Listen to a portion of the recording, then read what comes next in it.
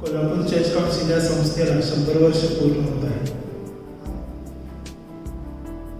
अनेक मिशनरी पाळत सुवार्थी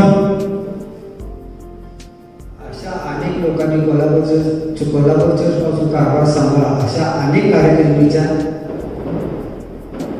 समर्पणातून, त्यागातून, परिश्रमातून ही उभारलेली संस्था.